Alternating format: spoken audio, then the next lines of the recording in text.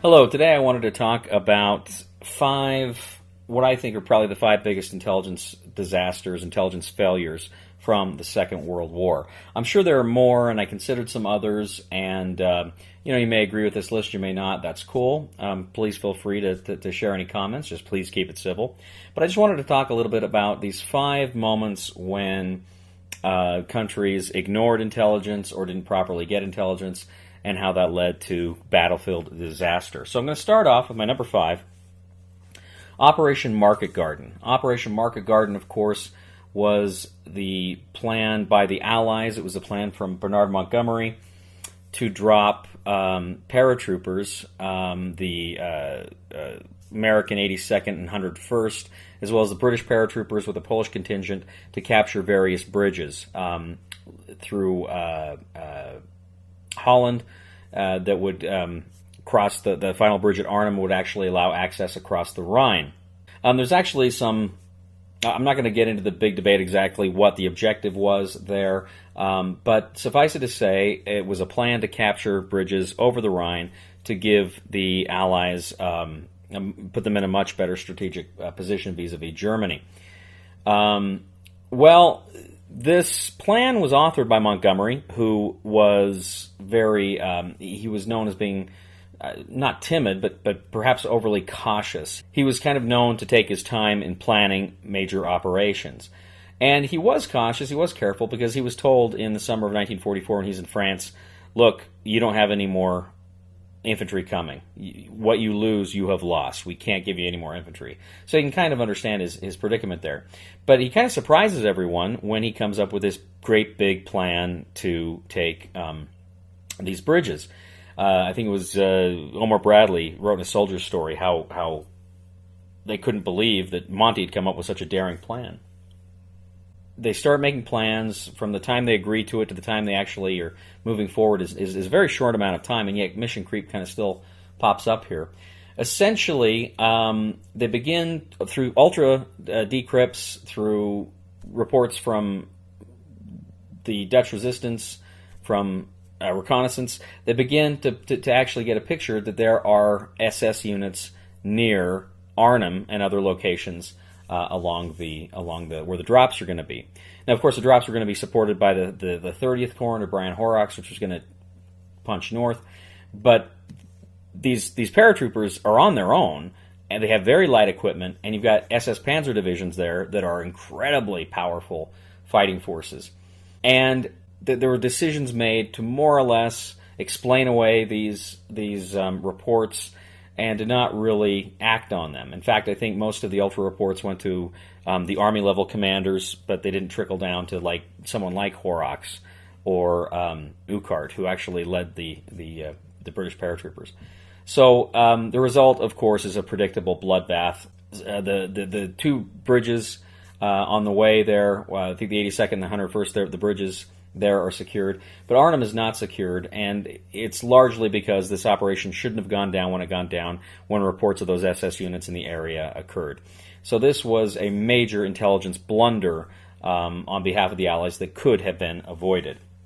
So my number 4 on my list of intelligence failures is the Ardennes Offensive.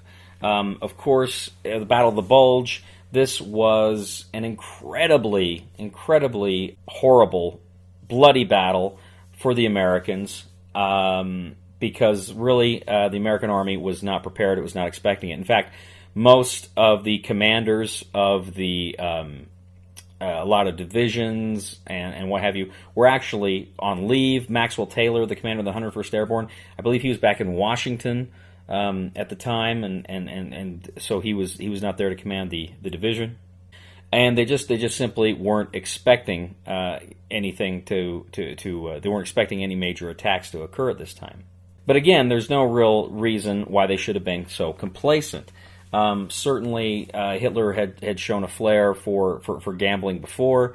He had attacked through the same country in 1940, and it was very irresponsible of the American army to ignore the signs, and to their understanding, the Germans were very smart in the way they did it, and they did employ secrecy, but there still were some intelligence indications that there was some kind of a buildup, and again, it was ignored.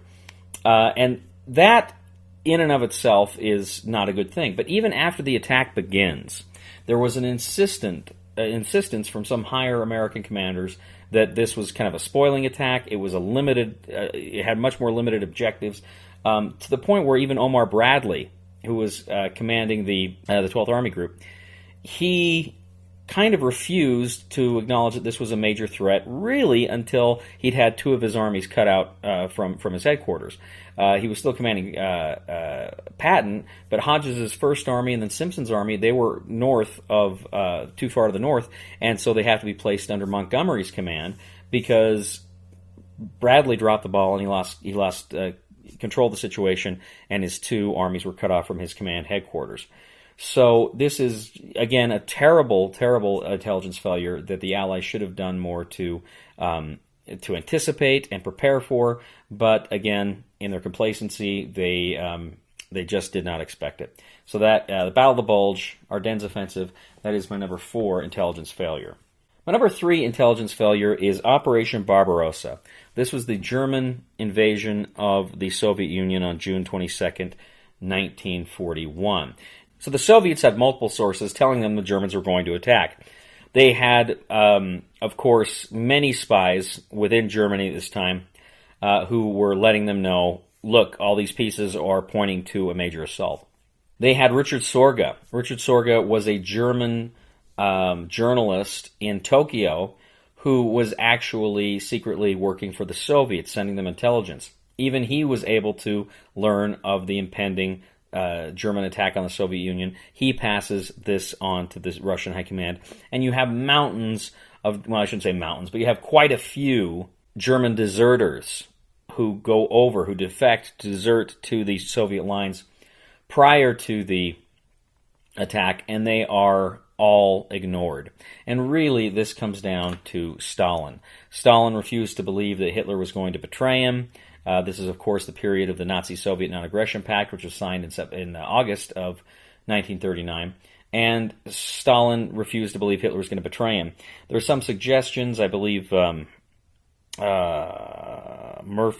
I can't remember his first name, he wrote a book, I think he was a former CIA guy, he wrote a book about called What Stalin Knew. And there's a suggestion in there that Hitler had actually sent Stalin a letter, an assertion rather than a suggestion, that he sent Stalin a letter that says, hey, I'm just moving forces through Poland, but some of my generals may get reckless, just let's not start anything. And, of course, Murphy suggests that Stalin bought into this. Whether or not this really happened, certainly Stalin was unwilling to acknowledge that the Germans were seriously contemplating a war, and millions, literally millions of people paid the price for Stalin's obstinance in the face of that intelligence. So Operation Barbarossa, that is my number 3. My number 2 intelligence failure from World War II is Barbarossa in reverse. This is Operation Bagration. This was launched on June 22nd, 1944, by the Soviets against the Germans. The Germans were not anticipating an attack this powerful to hit their lines. Again, the Germans probably should have anticipated something like this. Their Army Group Center, in the center of their line, was incredibly weak. They were stronger on their flanks around Leningrad and the Ukraine, and they were anticipating a Soviet attack further south, perhaps further north at Leningrad, but they were not anticipating the steamrolling that took place right there in the center of the line. Now, the head of the German, was it Fremde Heere Ost, Foreign Armies East, it was Reinhard Gehlen, who was an intelligence expert with the Abwehr, and he is kind of specifically charged to determine what's going to happen here in the Eastern Theater. But there are problems with German intelligence. One of the big issues, too, with German intelligence and with Gehlen's organization was a big part of your intelligence network depends upon, in this war, depends upon aerial reconnaissance. Well, they had no kind of direct authority over aerial reconnaissance. And that's because Goering, in his empire building, refused to allow any significant form of aerial reconnaissance to take place under Galen's supervision, under the Abwehr supervision. He jealously guarded his planes. So consequently, Galen kind of has to go hat in hand to the Luftwaffe and ask for them to do these flights, and they were free to say no. That was an issue there too. But Galen was just frequently overconfident, and his assessments were just incredibly horribly wrong, as it turned out. Magnus Pahl wrote a great book on this, Hitler's Fremde Heere Ost, which is all about German military intelligence in Russia under Galen, and how it was just kind of a dysfunctional unit. And sometimes it got lucky, and sometimes it worked, but generally speaking, particularly in the last couple of years of the war, it was very difficult for the Germans to make accurate predictions, and a lot of it had to do with the political infighting within the Nazi system. In the year prior, just to give you an idea of the scale of the disaster here, roughly the year prior to Bagration, the Germans had lost, I think, a total of 41 divisions on the Eastern Front. That's over the course of a year. In the 2 months after Bagration, July and August, the Germans, I think, lost like 28 divisions. And there were like 34 divisions in all of Army Group Center. They lost 28 of them in just 2 months. This was a massive, massive disaster for Germany, and a huge intelligence failure for their system as well. So that is my number 2 intelligence failure. That is Operation Bagration. My number 1 intelligence failure of the war, perhaps arguably, is the one with the most far-reaching consequences, and this, of course, was Pearl Harbor. It's hard to just say there's one problem with this, but certainly American naval intelligence should have had a better grasp on where the Japanese Navy was and what it was preparing to do, and the fact that it lost sight of that at such a critical time is kind of unforgivable. But there's also things you have a hard time forgiving. Walter Short, the Army commander at Hawaii, he was charged with protecting the port in fleet, and the decisions he made, or didn't make as the case was, is really quite astounding.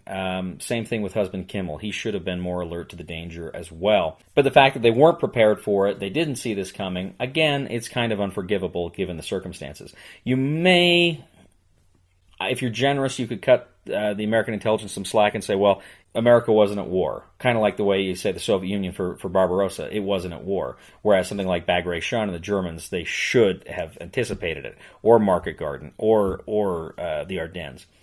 But here at Pearl Harbor, even with that, even acknowledging that America wasn't at war, they had to accept that it was certainly a possibility. The Japanese were becoming more and more aggressive, following the German lead. They were taking advantages where they could find them.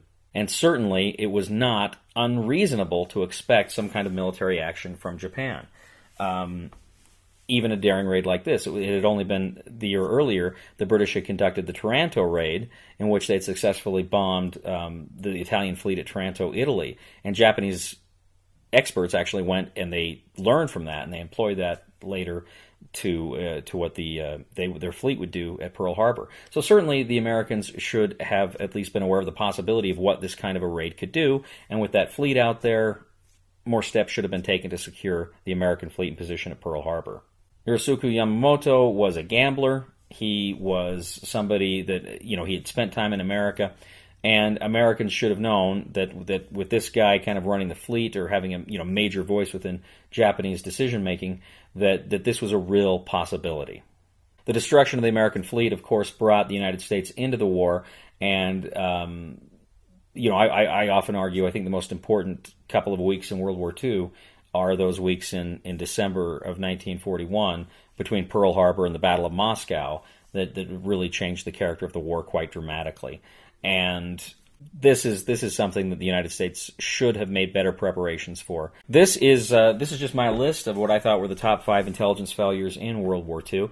Again, if you have some ideas, if you disagree with me, or if you think there are other intelligence failures that are more worthy of note here, by all means, leave it. I'm eager to see what you have to say. Again, I just ask you, keep opinions civil, and thank you once again for joining me, and take care.